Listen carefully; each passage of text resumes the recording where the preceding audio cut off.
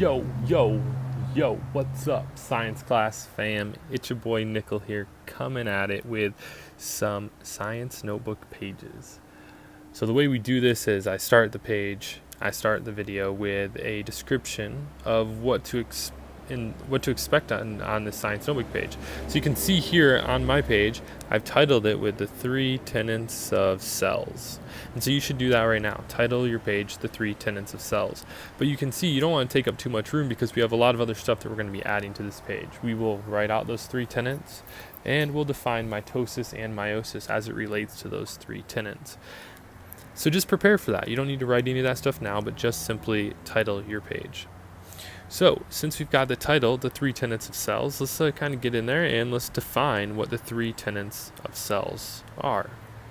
Alright, well, the first tenet of cells, or the first rule or thing that we talk about if you talk about cells, the first rule of thumb is that all living things are composed of 1 or more cells.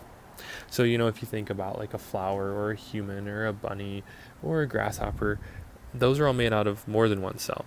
But a bacteria would be an example of something that's made out of just 1 cell, and it's still considered to be a living thing. So all living things are made out of 1 or more cells. The second tenet is that the cell is the most basic unit of life. Yes, so like when you think about if you were to build life, the thing you need in order to construct would be cells. And so the simplest thing you can get when we talk about living or life creatures is 1 cell.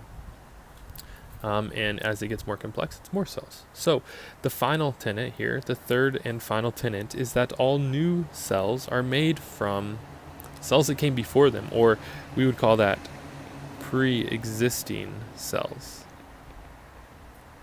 So all new cells are made from pre-existing cells. That's pretty wild. So, if you were to, for example, get hurt and your body needed to repair itself and make some new cells, you would actually copy the cells that were already around. And as our hair grows, it copies the cells that were there before. And as our fingernails grow, the same thing happens. So that process of cells making copies of themselves is this process that we call mitosis. Now, mitosis is when a cell creates an exact copy of itself. So if I use this smiley face as an example, as my cell, what would happen is that the cell would actually start to make double of everything. It would start to form these 2 quasi cells, and it would start to then put the sets of things in each different parts of the cell. So here I've got my 2 sets of eyes. I've got eyes in the left side and in the right side, and then maybe the smile is forming, but it's still kind of connected. It hasn't quite separated from itself yet. And in that process, then the cell is going to eventually cleave this boundary, and we're going to end up with 2 exact copies of what we started with. So now we have more cells. So when your body does heal a cut, or when you are growing and healing, or any type of development in life, whether it's your dog or it's your cat or your salamander or yourself, your body or those organisms' bodies go through mitosis to make exact copies of the cells that they have in order for them to grow. Now, another way that new cells can be made from pre-existing cells is something that's like mitosis. It sounds like it, but it's very, very, very different. But it's still this process of cells, new cells coming from old cells. Not old because they're not old in age, but pre-existing cells that were there before.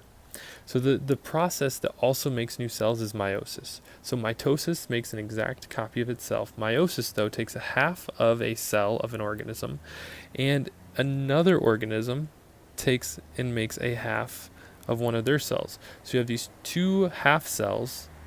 So we say this one maybe comes from organism A, this one comes from organism B, and when we add them together, we make a whole new cell that we'll call C. So a half of one cell plus a half of another organism cell makes one whole new cell. So, that would be like maybe this smiley face is going to contribute 1 eye and half of the smile. and this smiley face is going to contribute one eye and half of their smile. And so when they come together, then you end up with a whole new organism or a whole new cell that looks kind of like each of the original cells, but not exactly like either one. Now the funny thing is that meiosis only happens in one area of our body, and it only happens in one type of cell in each male and female. And that's what creates the sperm and the egg. And so meiosis, this is how, if you ever wondered, babies are made.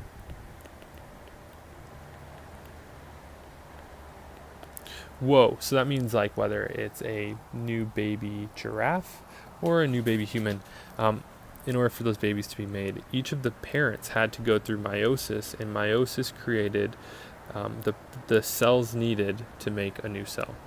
So there you have it. This is an overview of cells and the 3 tenets of cell theories, and I will see you in the next video note page. See ya!